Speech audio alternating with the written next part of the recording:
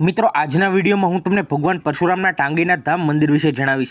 તમે ચેનલ પર નવા હોવ તો ચેનલને સબસ્ક્રાઇબ કરી લેજો। તમને ડેલી આ ચેનલ પર નવા મંદિરોની માહિતી જાણવા મળશે।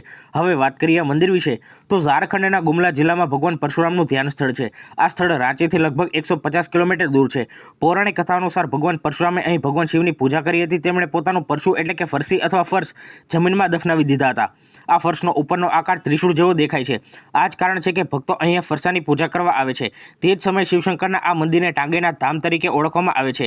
એવું કહેવાય છે કે ભગવાન શિવ ટાંગીના ધામમાં રહે છે। ખુલ્લા આકાશ નીચે સૂર્ય છાંયો વરસાદનો આ ત્રિશૂળનો પણ કોઈ પ્રભાવ પડતો નથી।